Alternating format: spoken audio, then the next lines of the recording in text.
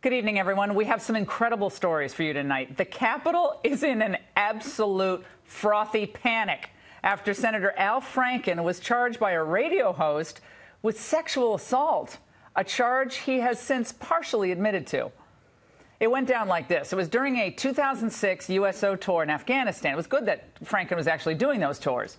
But Leeann Tweeden remembers that Franken, then a comedian, forcing a really gross French kiss on her backstage. He just put his hand on the back of my head and he mashed his face against, I mean, it happened so fast, and he just mashed his lips against my face, and he stuck his tongue in my mouth. Ugh. Now, this is how Franken himself recalled that very tour, but he recalled it on the Senate floor in 2010. We did a 4-hour show because we found out that the troops loved the show. I was kind of the co-host with a beautiful woman named Leeann Tweeden.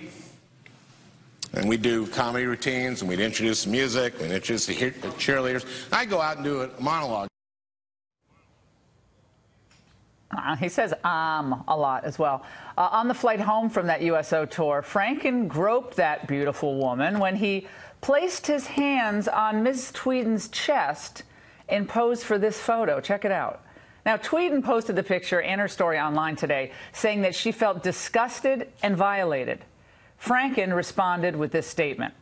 I certainly don't remember the rehearsal for the skit in the same way, but I send my sincerest apologies to Leeann. As to the photo, it was clearly intended to be funny, but wasn't. He did a longer statement later on in the day. And this is the same senator, by the way, that just yesterday was grilling a circuit court nominee, Don Willett, about a 2014 tweet he sent. Does this display the kind of judgment that we want for a lifetime appointment to the federal judiciary? The tweet was a kind of off-kilter attempt at levity that missed the bullseye. I don't get it. I don't. Fair enough. But sometimes when you don't get a joke, it's because it wasn't a joke. Never have truer words been said by Al Franken. Well, no one was really getting Al Franken's joke today at all. It wasn't funny. It was really juvenile. It was something you'd see like at a drunk fraternity party maybe. Or maybe it was too immature for a fraternity party. And other women soon may be coming forward, like one of my guests tonight. I'm joined now by Melanie Morgan of Media Equalizer. She's here exclusively to share her claims about how Al Franken stalked and harassed her after a joint TV appearance. And we're also joined by Brian Maloney, also of the Media Equalizer duo, who's been investigating Franken's past for us. Both of you, it's good to see you tonight. Melanie, I want to start with you. Are you really surprised by this story by Ms. Tweeden tonight? She still, by the way, likes and respects Al Franken. I should add that. But given your own experience, are you surprised? And then tell us what your experience was. I'm not surprised at all, Laura. And first of all, I'd just like to say that I'm here with you tonight without a lawyer, wearing a red coat with a box of Kleenex and a bucket of tears. I'm here because of a true story that I want to share with you. It is a story of harassment and intimidation that took place 17 years ago in 2000. August 19th of 2000 is when I was invited to appear on the Bill Maher show, Politically Incorrect, before it moved over to HBO, is at ABC. And I was one of the panelists, one of the guests. I was the token conservative, and Al Franken was the liberal, along with a former lieutenant governor of Colorado and actor Billy Baldwin. I was involved in just a kind of a mundane argument over policy numbers about, you know, the budget numbers and making some sort of point about that. But I'll tell you what, Al Franken got right in my face, and he just kept coming back over the top, and I would challenge him about those numbers, and he would come back over the top. Finally, the show was over, and Laura, he trailed me, stalked me back, really, to the green room, where he got in my face again, got very aggressive with me. I felt physically intimidated, and then he followed me out of of the studio. And I thought the story would end there, but it did not. Apparently, he got my phone number from one of the show producers, and he started calling me at home and harassing me, trying to prove to me how right he was. And finally, on the third phone call, I told him if he didn't back off, that I was going to call the police and make a police report about his behavior. I found it so creepy and so disturbing and obsessively weird. And it's an experience that has informed me about him all these years. I never could understand why the people of Minnesota elected him as a United States Senator. And yes, I did talk about it in live on the radio on my talk show in San Francisco, the Lee Rogers and Melanie Morgan show, after it happened. So I didn't stay silent about it. But it's funny, Laura, because people they didn't seem to really care about that sort of behavior until just recently. Yeah, well, Melanie, I'm really glad you told the story. I've had some run-ins with Al Franken over the years, and he's so insignificant to me. Like, I remember he was sputtering. He was so angry. He was, like, spitting at me when he was arguing with me. It might have been on Politically Incorrect as well. But there's an underlying nastiness. Oh, there's a picture of Tucker, myself, Al Franken, and Eric Alterman. That was, like, in the early 2000s at a New York Times event.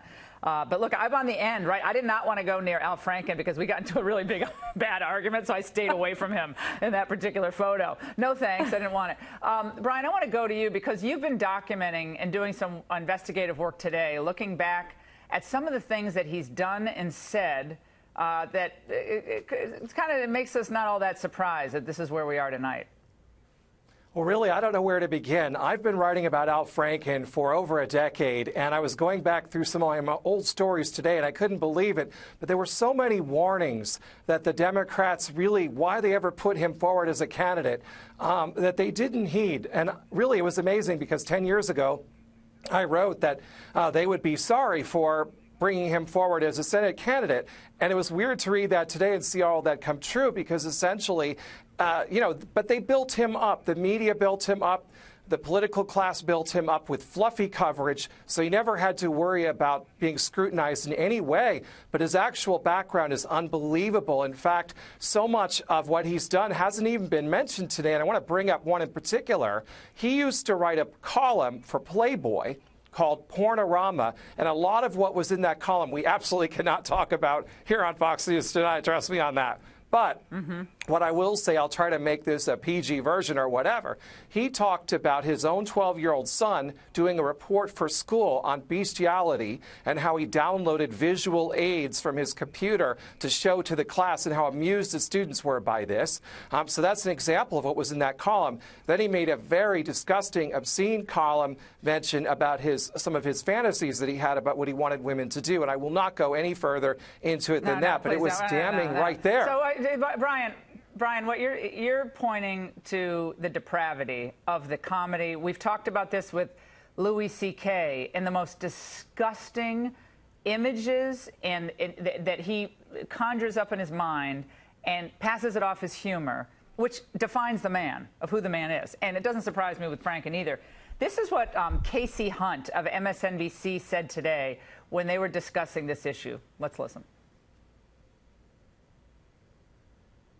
He took a picture, which his office now says was a joke, that showed him potentially not actually groping, but mock groping her. She also published a picture that was given to her of her asleep with Senator Franken, mock groping her.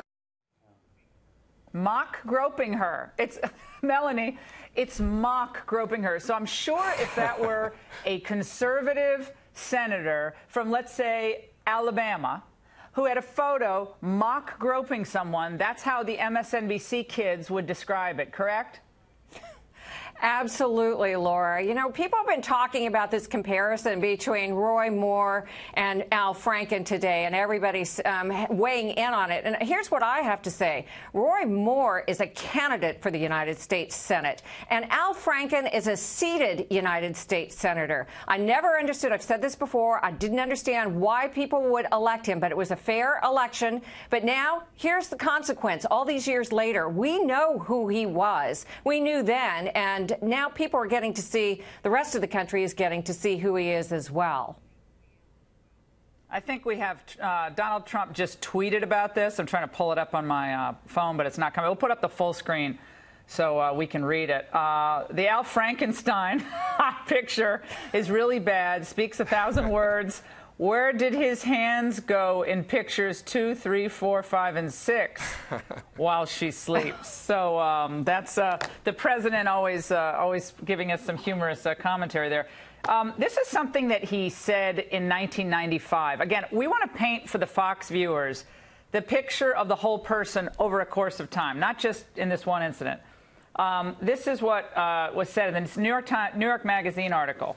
And he said, and I give the pills to Leslie Stahl. Then, when Leslie is passed out, I take her to the closet and rape her. Or that's why you never see Leslie until February. When she passes out, I put her in various positions and take pictures of her. That's so I mean, I guess that's supposed to be funny, guys.